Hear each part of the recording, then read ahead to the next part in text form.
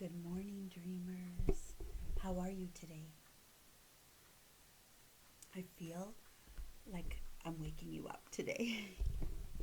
Maybe it's because I'm waking myself up today.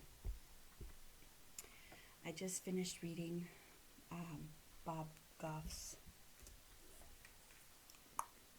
Live in Grace, Walk in Love. It's been a really great year with him. I have not read him every single day, I must admit, but when I need centering, when I need to remind myself of why I'm here, it's always brought back to his concepts here. And one of the concepts from today's reading is the fact that we're about to go on a journey, a really great journey of Advent. We are already a week in. This is the second Sunday of Advent. And life is a journey. And when you go on journeys, you hear, like particularly parental road trips, are we there yet? I gotta go pee. He's touching me. I'm not touching you. And sometimes we get irritated when we're supposed to be enjoying the season. Supposed to be. There will be people that we're spending a lot of time with that we never ever see outside of the holidays. And there will be people that we are so excited to see because we would spend every day with them if we could. And the whole concept of being and doing and connecting with, we are going to bump into some people that we don't enjoy. Or it could be that we enjoy them usually, but right now we don't. Right? Because something's going on within our own spirit. Divided families have to cooperate schedules. It's really tough. And so we have this pressure. And so Bob is talking about how if we can go in focused on the love of God, like use Advent to truly focus us on the season and why this season of waiting, this season of anticipation, truly using Advent with our spiritual lives to impact what's happening personally. You see, no one took Jesus' life. When we remember that at Easter, he laid it down. He laid it down. No one took it. And so when we prioritize certain sacrifices, right? So we have a child and we co-parent and we say, you know what? I'm going to do the driving for you, even though technically you need to drive.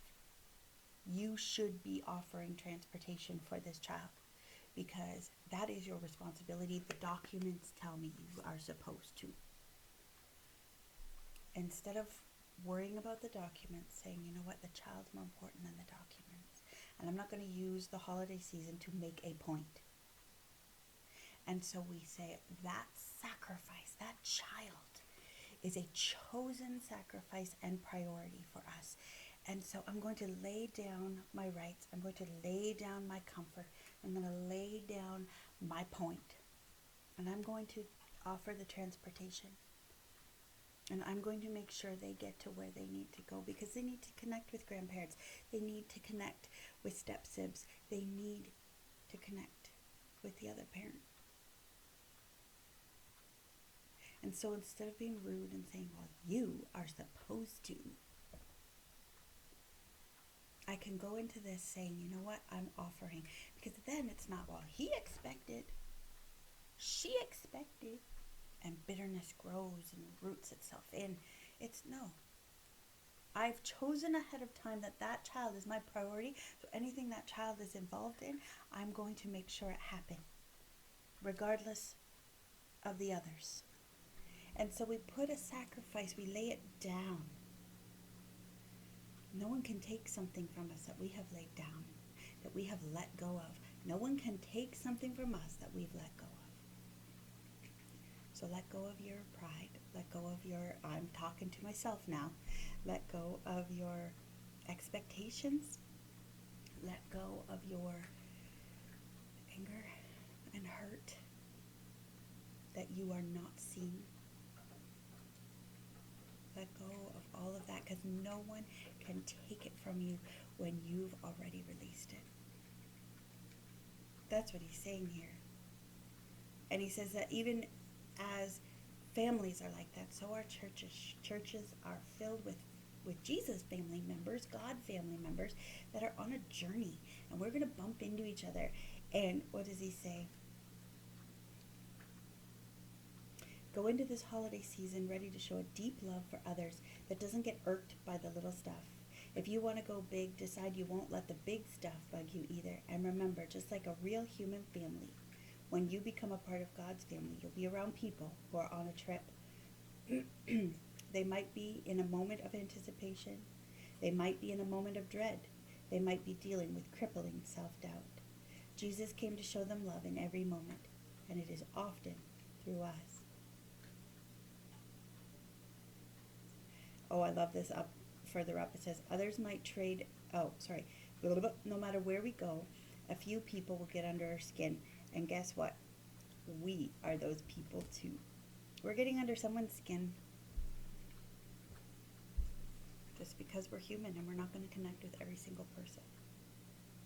So, my dear, dear friends, as you head into the second week of Advent, as we move off from the theme of hope, and we move in to the remainder of the season, remember, it's okay to take a break, but it's okay to lay down your expectations so that you can maintain your joy and your focus on the season and what it's all about. Because it sure ain't about your rights and your freedoms. It is not about making your point and putting those papers and what should be above what the reality is.